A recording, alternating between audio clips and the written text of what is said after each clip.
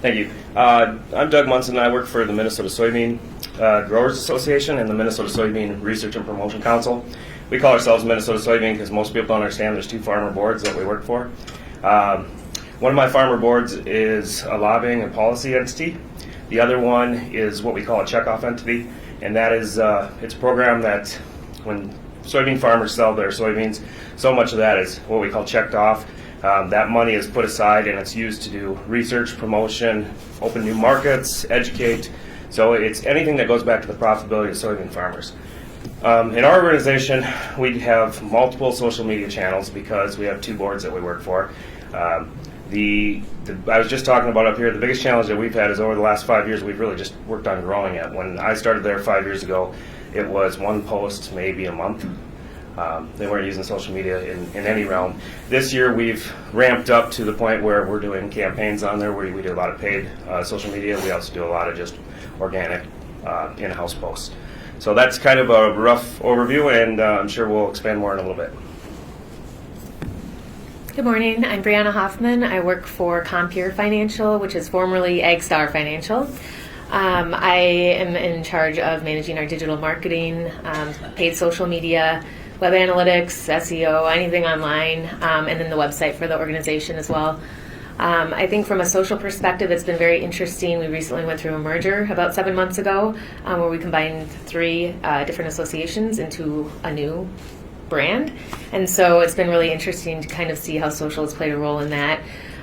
We also started from scratch, so we individually each had our 3 pages prior to the merger, and then we had to bring them all together and start over again because we couldn't just take one and combine things together. So we've really done a lot around posting, doing a lot of paid, also running campaigns so we can just get engagement and get people to like our page as well.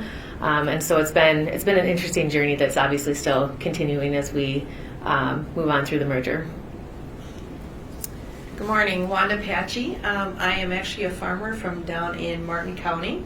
I live about 8 miles northwest of Fairmont. Pretty typical Midwest farmer. We raise hogs. We also crop farm corn and soybeans.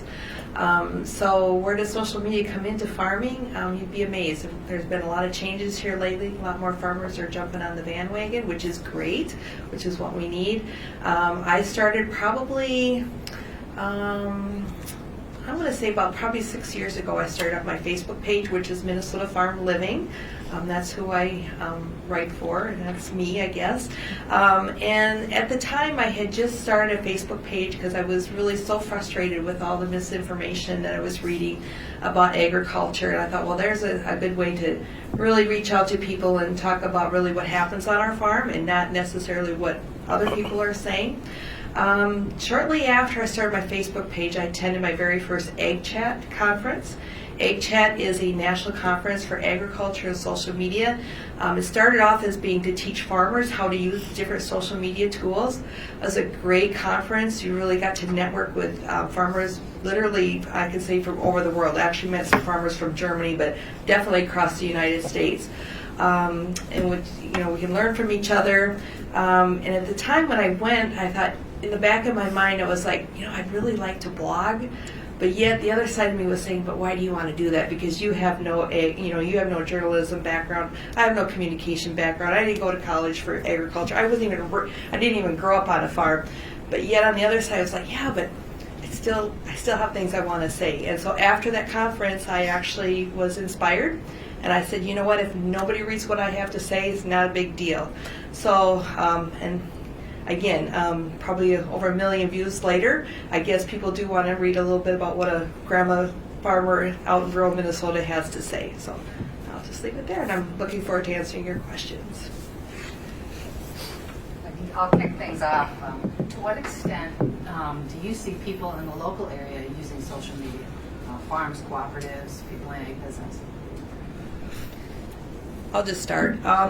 So that is one of the things that we've noticed, or I've noticed here in the last few years, that we've got a lot more farmers that are engaged online.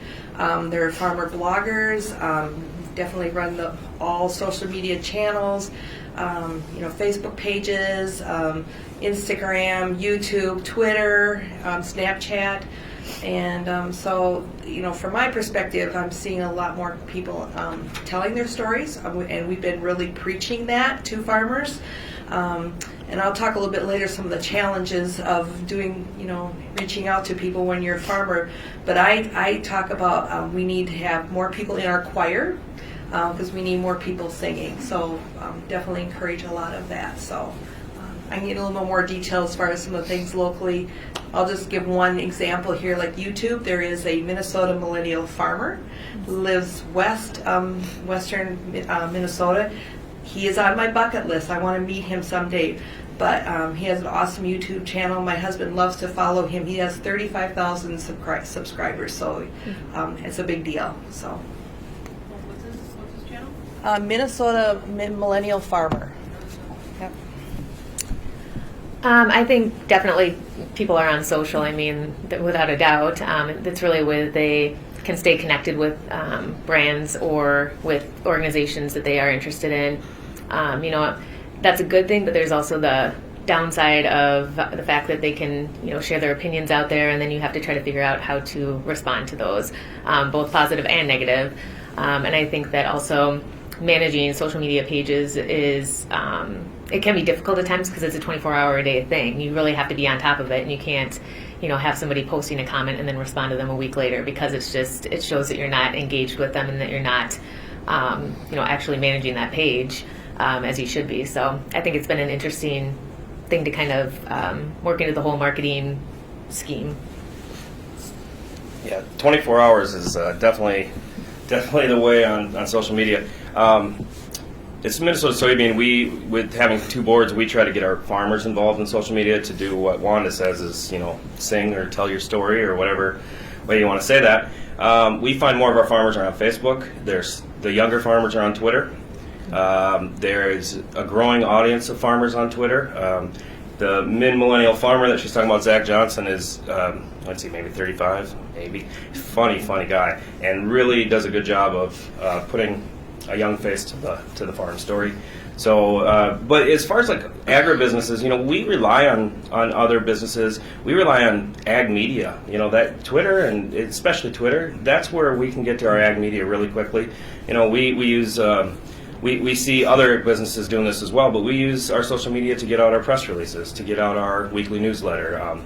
We don't really share some things on there that are more for just our members, but we make sure that we try to get out our message every which way we can. While they're trying to tell their farm story, we're trying to tell them what we're doing on behalf of farmers. And we rely on industry partners to do that.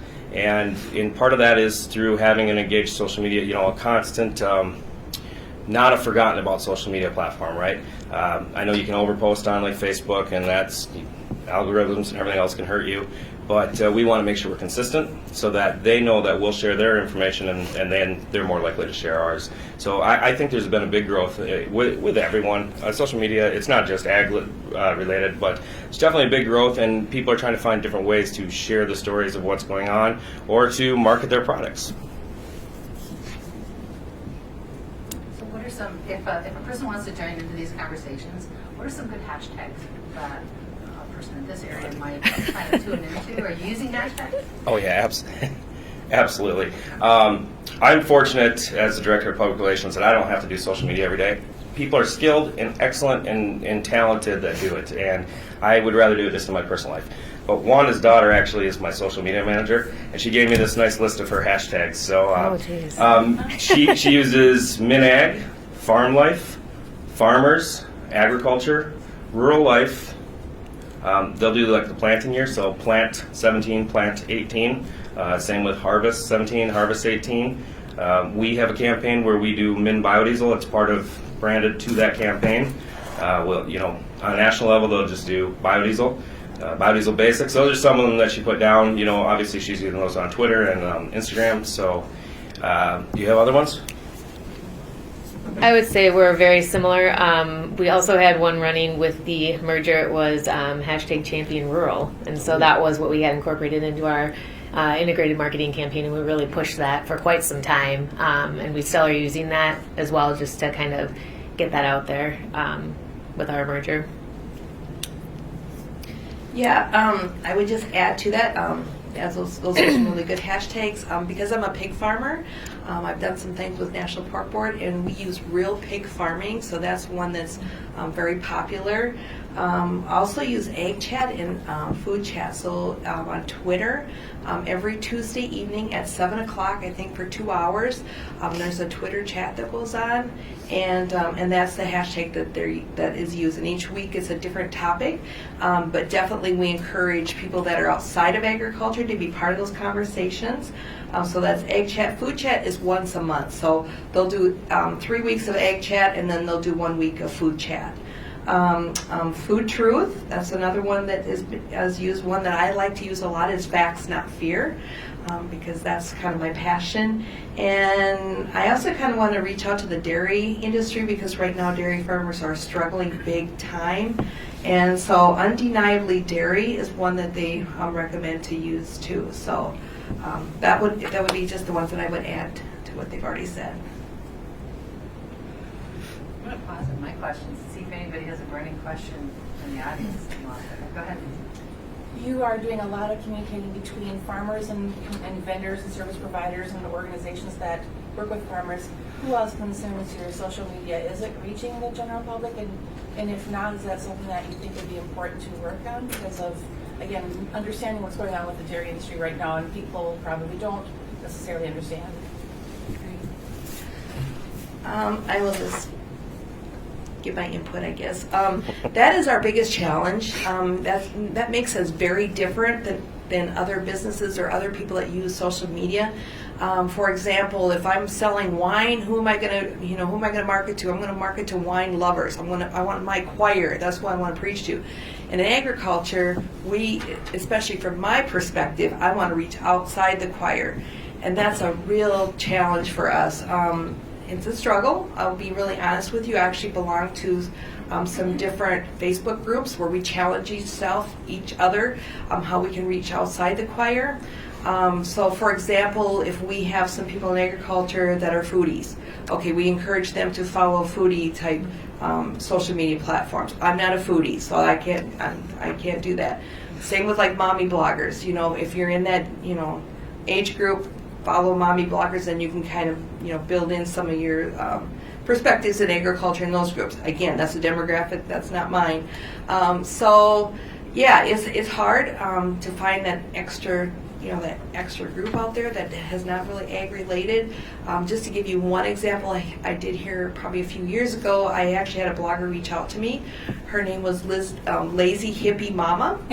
So you can imagine that the way we farm does not coincide with her views or her values or her followers. But I give her a lot of credit. She sent me a list of questions.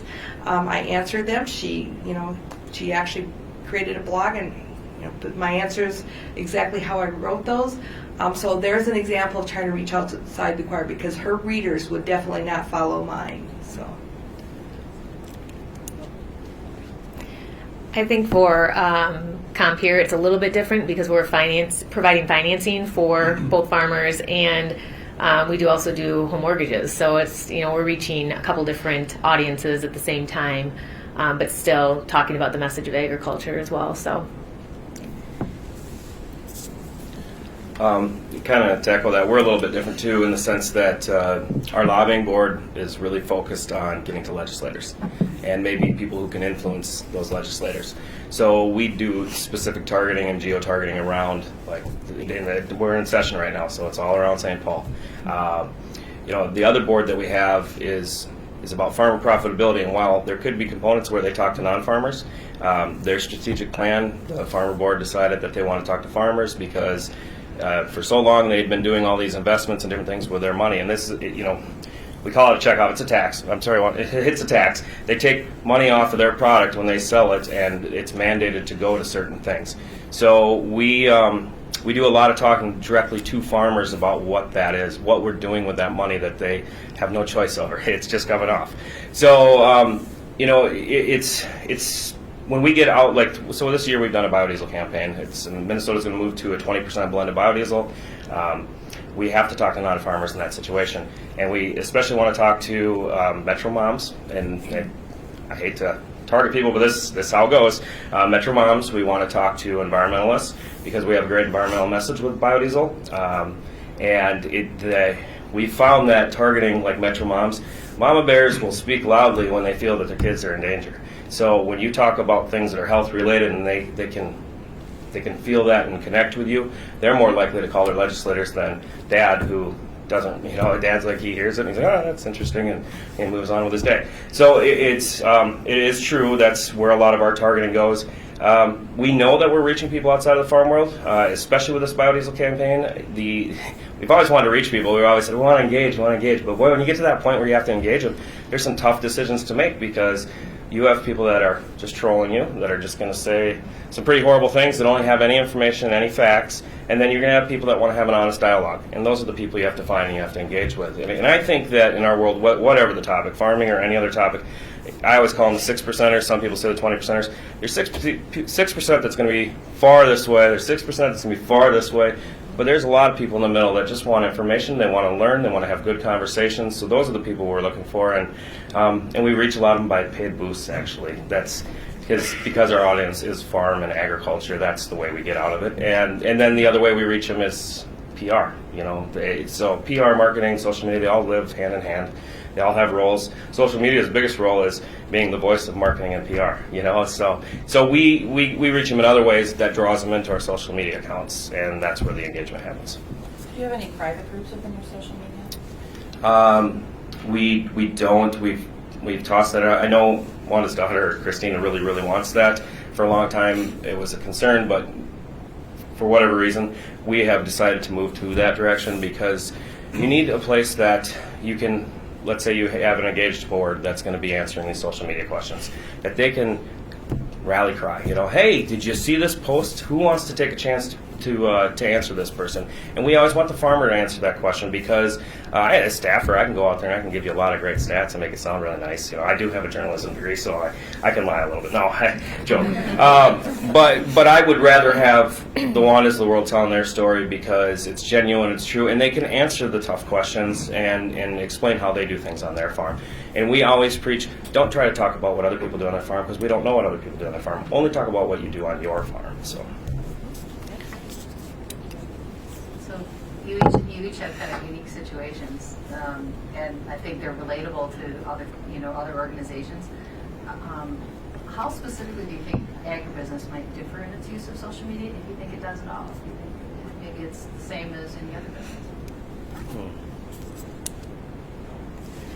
Well, from my experience, I worked in e-commerce for 8 years prior to coming to Compeer. So for e-commerce, it was all about promotions. That's all you were doing on social. It was all about promoting the brand, promoting discounts, all of that. And now we don't do obviously any of that. So it's more about humanizing the brand and promoting agriculture and things like that. So I think from my perspective, it's a lot different engaging on social from an agriculture standpoint versus maybe a business e-commerce standpoint. Yeah, the only thing I would probably add to that, from my perspective, and just like Doug said, is I want to tell my story. I know that gets to be an overused term, I get that, but it really comes down to you're wanting to build trust. We know from research that the general consumers do trust farmers. They like farmers, but they don't necessarily trust what we do. So that's why it's important that we tell our story. I do a lot of pictures, explain why we do what we do. On my blog, I'm not afraid of those hot topics because I think there's a reason they're hot topics and they need to be discussed. So I do that. I don't have a problem with that. There's no question off the table because again, you're trying to build trust. You're trying to build through transparency, being genuine, being honest. I want them to feel like I know them, and they're getting to know me. So when I write my blog, it's conversational style, just like I'm sitting across the table from someone and we're talking. That's exactly how I write my blog because I really want to be very personal and be very transparent. So. Yeah, I don't know if we're doing anything different, so to say. That's kind of a tough question to answer. Other than I think we could equate ourselves to, probably a little different for Brianna, but we're similar to any other group that there's a lot of misconceptions about. So there's different ways you could look at social media. Are you trying to sell a product? Are you trying to sell a vision? Are you trying to sell a voice? And what we try to do really is to put a voice to it, to put a very natural. We don't want to sound like a company talking to people on social media. It's just not.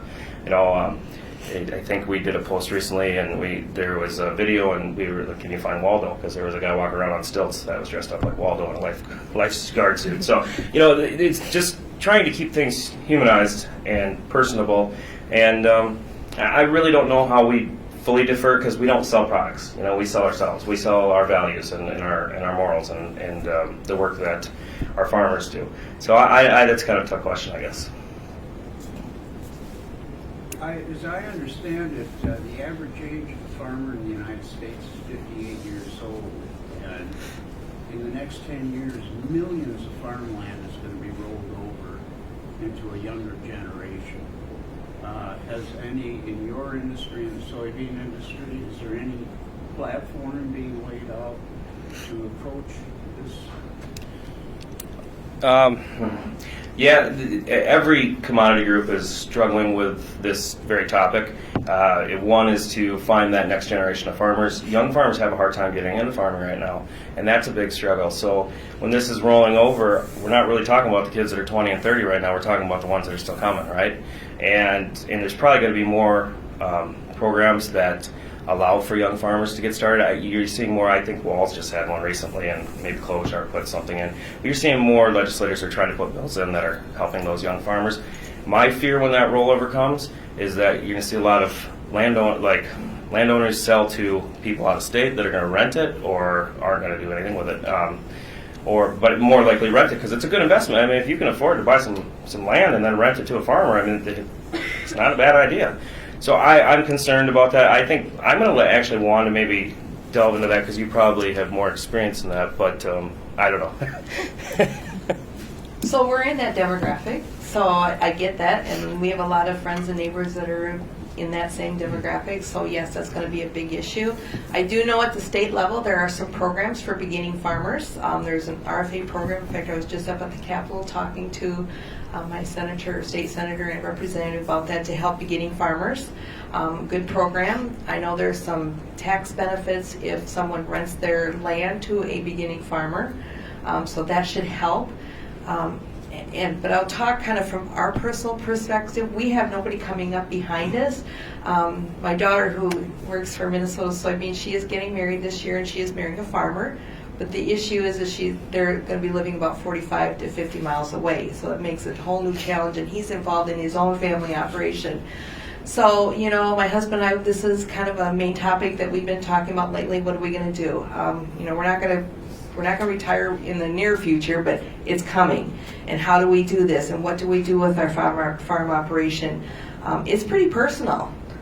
We have spent a lifetime building our farming operation, and to try to let that go and what do we do with it is huge. And we know we need to do it. We know we need to update our estate plan. We know that, but to make those decisions, what do we want to happen to our farming operation? It's hard, and it hits right here. So we'll have to make a decision and go forward. And I know we're not the only ones. I know we got friends that do have other family members coming up that will take over, and they've made those plans. But yeah, you're right.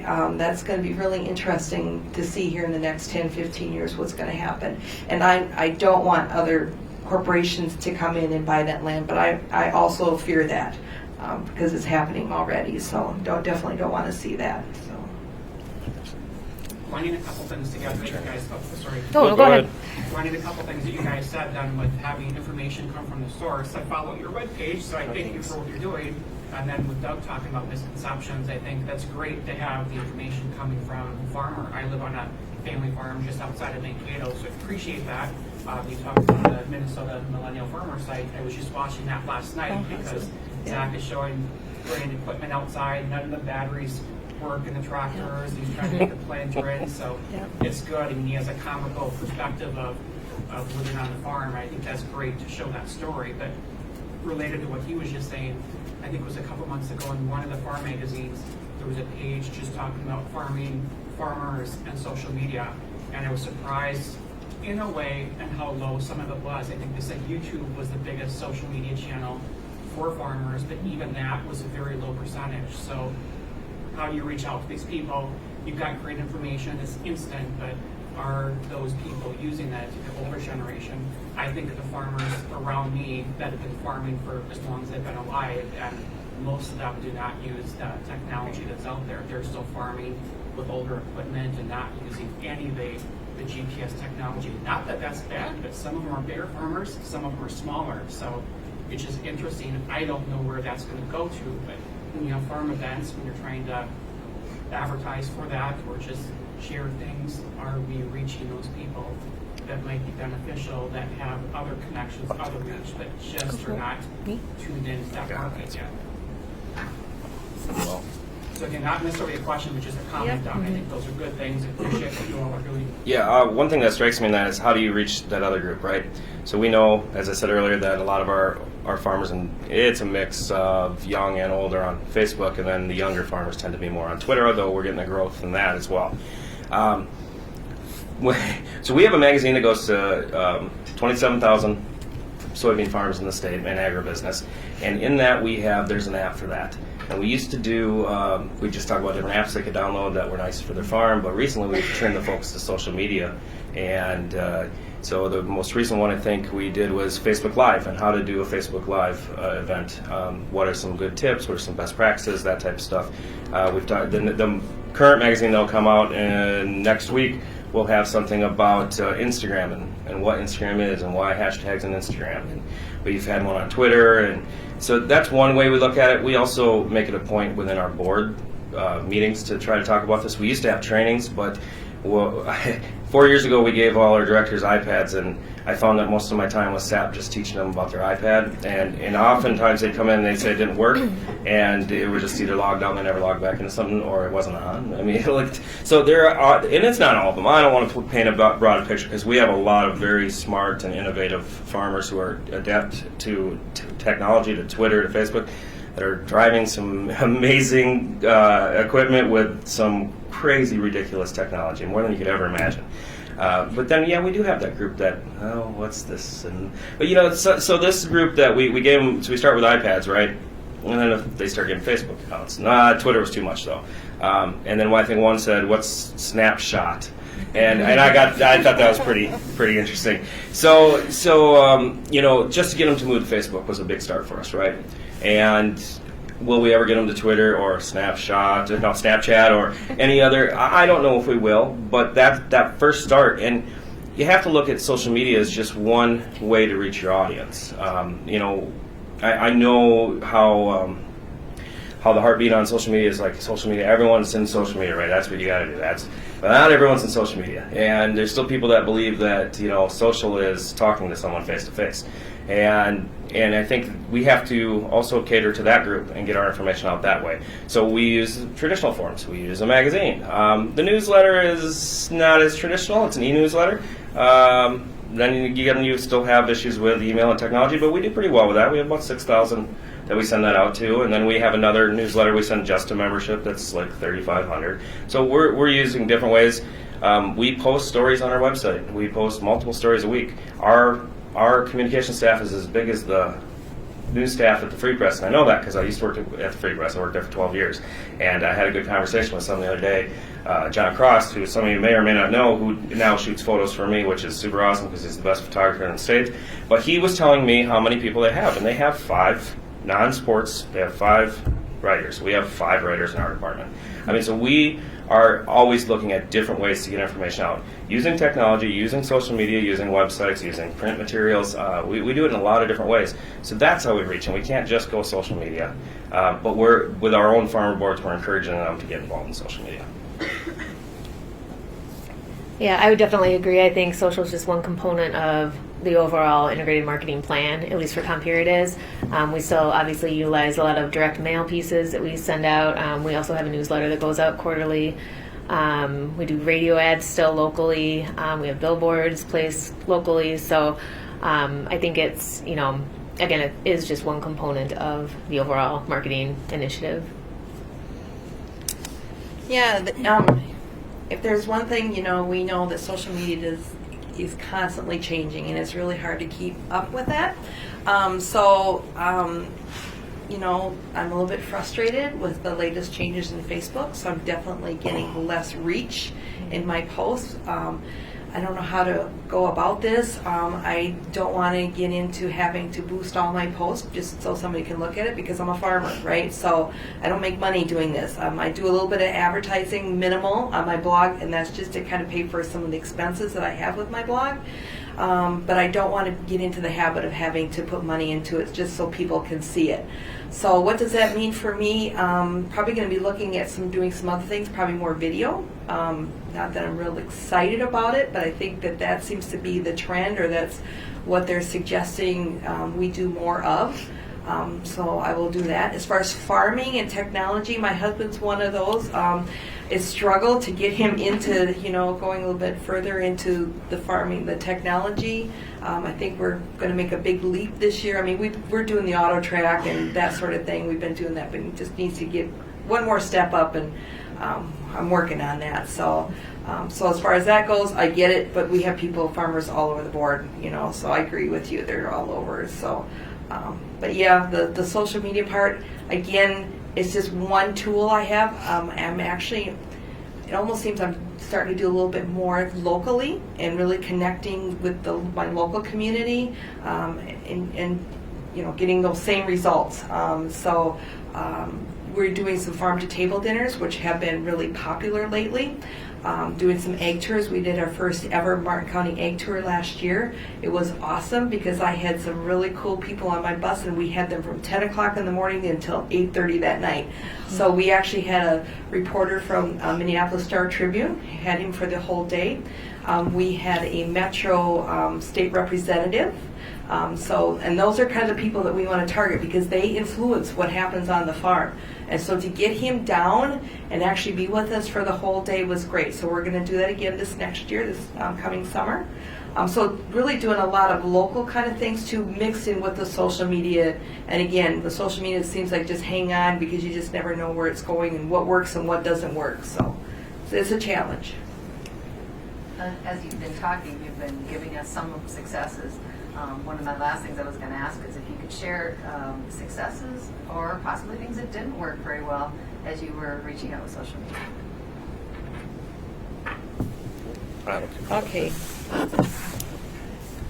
Okay, I did write down a few here, and not necessarily me specifically, but just generally within the farming community. One that's been recent here that really was a disaster as far as the whole social media and the promotion, and that was Stonyfield Organics. I'm going to tell you right now, I'm not against organics, so this isn't what this is about. But what I am against is that whole fear-based messaging, which sometimes happens with some of those companies. And they just had what they did is they used children in their marketing message, which is not unusual, because some companies, you'll see commercials using children. But it was giving misinformation. I mean, they had little, probably 6 and 7-year-old kids talking about GMOs, and how we're taking, fish genes and putting them into tomatoes and that sort of thing. That is so far off and is not correct. So a huge backlash against Stonyfield Organic. So that's been recent here. The one that really hit me and probably really propelled me into really trying to fight for agriculture and the truth, and this has been a few years ago, but not sure if any of you know the Food Babe, but she has a huge following. She's got over 1 million followers, and the problem is her whole shtick is to tell people about what's in their food, and so she does this whole investigative type thing. And what she did is she singled out Subway bread. And what she found out was there is a chemical that is used in the Subway bread, just the Subway sandwiches that we have around here locally. Well, there's a chemical that was used in the Subway bread that's also used in your yoga mat. So that's exactly what she was trying to portray, that it's like, why we have this chemical that's also used in yoga mat. Well, the part of the scientific, how do I want to say it? One of the scientific facts that we know is that the dosage is the poison, right? But a lot of people are not really very into science anymore, and science is hard. I get it. Science was hard for me when I was in school. But just bypassing that whole concept that the dosage equals poison, skipping that completely and just really pointing out there's this chemical, even though it's fine. I mean, it's not causing any harm, but that's not the direction that she was going. Also, she has a whole thing that if you can't pronounce the word, you shouldn't eat it. Well, if you look at what the chemical makeup of a banana is, I can guarantee I don't think anybody in this room can pronounce all those words. So this that same sort of thing. So I would say that's kind of as general with farming. That's what I would say would be some of the problems, which is why we do what we do. Successes, and then I'll be done here. I really started to think about that because social media has really changed, and it's becoming a lot noisier out there. It's really hard to get your specific message out there. But I can tell you the one that really probably is like, yes, this is going to work. Probably about 6 years ago, there was a situation with Domino's Pizza and HSUS, which is the Humane Society of the United States. I want to make sure you understand this is not your local animal shelters. But HSUS has a vegan agenda. Their ultimate goal is to either significantly reduce or eliminate animal agriculture. And they give less than 1% of their money to animal shelters. So they're against like farmers like me, like completely. Well, they tried to bully their way through Domino's, trying to push a policy with the company that they would not use meat that come from hog farms that use gestation stalls. Well, the farm that I live on and the pigs that we use or that we raise do come from gestation stalls. And I'm not going to get into the whole why or why they're fine. I mean, we just know that there's no perfect way to house cows. There's none. There's absolutely none. I mean, you just do the best you can. You go again. You follow your veterinarian's recommendations, and there's a lot of gestation stalls that are being used. But there's a pushback then to really push these companies into making those policies. And so they tried to do that with Domino's. Well, Domino's pushed back and said, no, we're going to let the farmers make their own decision. And so what we did as a farming group across the U.S. is we wanted to acknowledge, Domino's position. And so we basically had a pizza party. And I remember this because it was Chris Chen. She's from Missouri. In fact, she's the ag commissioner now in Missouri. So what we did, no matter where we were, had a pizza party. So all the farmers bought pizzas. There was a specific date, and we just bought pizzas. And then what we did is every time we left this at the place of the Domino's. So at this time, I was actually down in Wichita. My brother lives down there. And I said, you know what? Your kids, have them bring all their friends over. I'm buying pizza for everybody. And so this is what we did, just to say thank you. So I kind of think maybe we need to do that again. But that's just an example, and it really hit the social media, and I know my social media really blew up with this because everybody was doing that. And it was such a good feeling because we felt like, hey, we can do something as a group of farmers, as a group in agriculture, that we felt like we were making a difference. Domino's this past year also came out and had some pro-farming messages. They're going to let farmers choose to farm the way that they farm. They're not the expert. Domino's said, we're not the experts. We know that we're getting good quality food, and we're going to continue to get that and source that and put that in our ingredients. Well, we had seen that pop across in actually a media story and shared that on our Twitter. I think we shared it on. And the amount of traffic we got in that day was ridiculous. It's funny how people can latch on to something like that and then run with it, and how things become viral, right? Some of the successes we've had this year is we actually have a partnership with these guys called the Diesel Sellers. They have a show on Discovery Channel called The Diesel Brothers, and they built us a truck, and it's super awesome. I actually got to see it just this past week and got to hang out with those guys, which are really neat. But we found anytime we posted something about them or they posted and tagged us on Instagram, I think Christina told me that we had 240 new followers on Instagram within a 48-hour period. For us, that's a lot. I mean, no, for a big corporation, that's probably not. But for us, that was through the roof. And so anytime we could latch onto them, we found our engagement or our likes or our followers would go up. We also did this year mean tweets by the Diesel Sellers. We'll call them Diesel Brothers for this, but our partnership wasn't with Discovery, so we're technically supposed to call them Diesel Sellers. But so the Diesel Brothers read stuff about biodiesel. People that wrote these horribly funny but horrible comments on Twitter. We went and found them. We got all these mean tweets, and then we had them read them back and then give answers to them. So we tried to stay relevant, and that worked really well for us. GIFs, we started introducing a lot of GIFs last year, and that's high traffic for us. That's good stuff. Back to your point of video, we're hearing more and more that static is just not good. So static, you got to get away from static. Got to try to get something that has some movement to it, which makes sense in today's world with how short our attention spans are. A few years back, we did a campaign called Felfie, and it was a farm selfie, and we gave out, I think, like a $500 gift card to 2 different winners, because we had different points where we did winners, and then we had like weekly winners. But we had people out on the farm just taking pictures of them. What do they do in their daily life on the farm? And we got some really interesting ones. One of my favorites was the selfie with the cows, and the cow was making a good face, and the guy was making a good face. Another one was the guy went up on his grain bin and he took a picture down. It was cold and winter too, and I couldn't believe he did it, but he went up there and he took a picture down on his farm, and that went really well. Then we tried to do a video style one, and that was horrible, and we had to pull it. So you don't get them all right. What we're finding like this year with this B20 campaign is we've now hit our sweet spot with the trolls. We've hit our spot with a lot of people saying some interesting things. It's funny because someone had an experience 15 years ago and it was bad, and that's all you remember. Like all technology improves over time, right? So I think that's probably the gamut of things. But I really I didn't know that you did the Dominos one. I didn't know about that one because this year that whole Dominos thing, when they came out, said that it was like farm heaven. It just went everywhere. And then unfortunately, I think like a week and a half later, we found out that dairy paid for Dominos to do that. So then it lost some of its luster. But Well, I think for us, social's been obviously important from a emerging perspective and building a new brand, and so I think we've done a lot of work to kind of increase our following. And so we launched our brand in July to now, I think we've acquired about 7,000 followers, which is pretty good for us, considering we had to start from zero back in July. So like I said, it's about us posting frequently. We also do a lot of paid boosting and paid social remarketing, things like that. So and then from something that didn't work, I think obviously always trying to field the negativity that might be posted onto your page is always an evolving process, but just being present and making sure that you're being actively engaged is super important.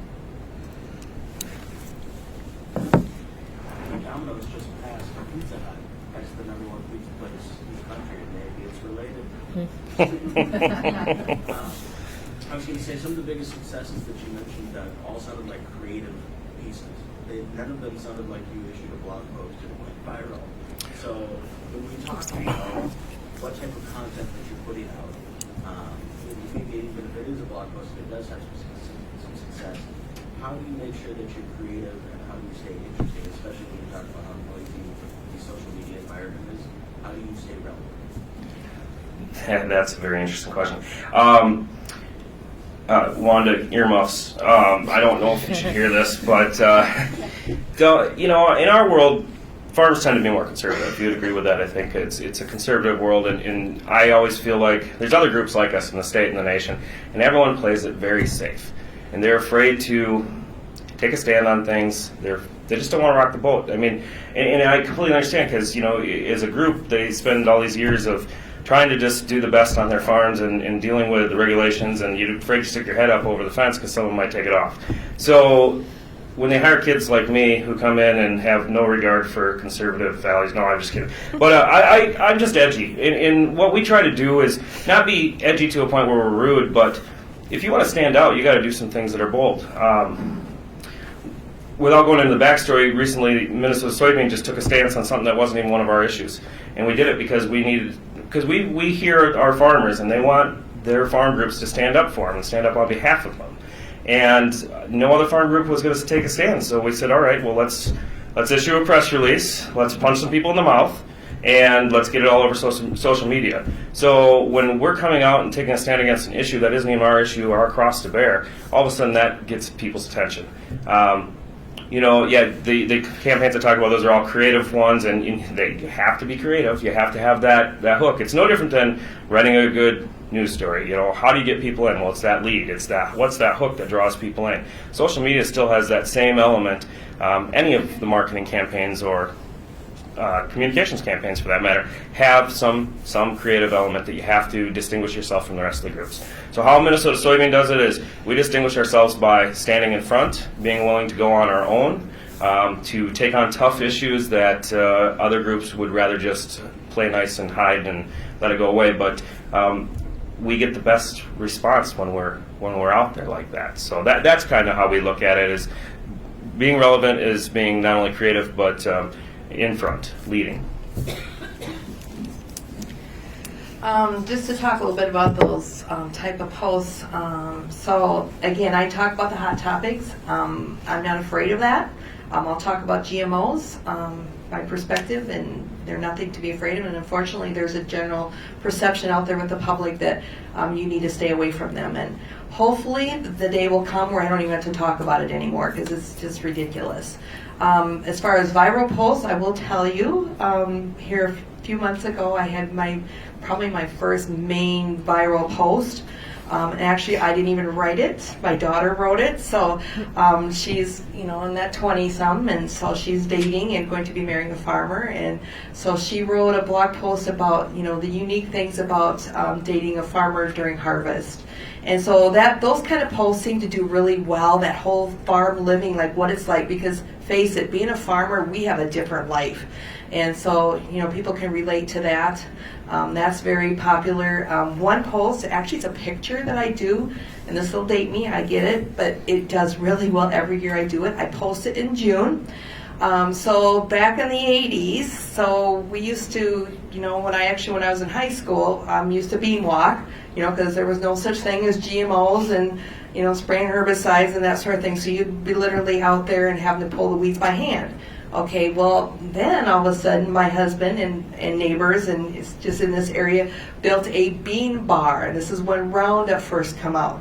So now we didn't have to walk the fields. We could actually ride and we could just spot spray with Roundup. This is in the early 80s. And so the local newspaper came out and took a picture. And I had that picture. So I posted every June because that's about the time of year that we did that. And then everybody, I mean, it's like, oh, I remember doing that. And they would tag people, they would share it. So that kind of does really well, too, because people can relate to that. They go, I remember doing that. So, it's just those kind of things. So I really mix it up on my blog. I don't want to talk just about hot topic agriculture things. I want to talk about farm life. And sometimes it's not even farm related. So just really kind of mix it up. That's my objective. So.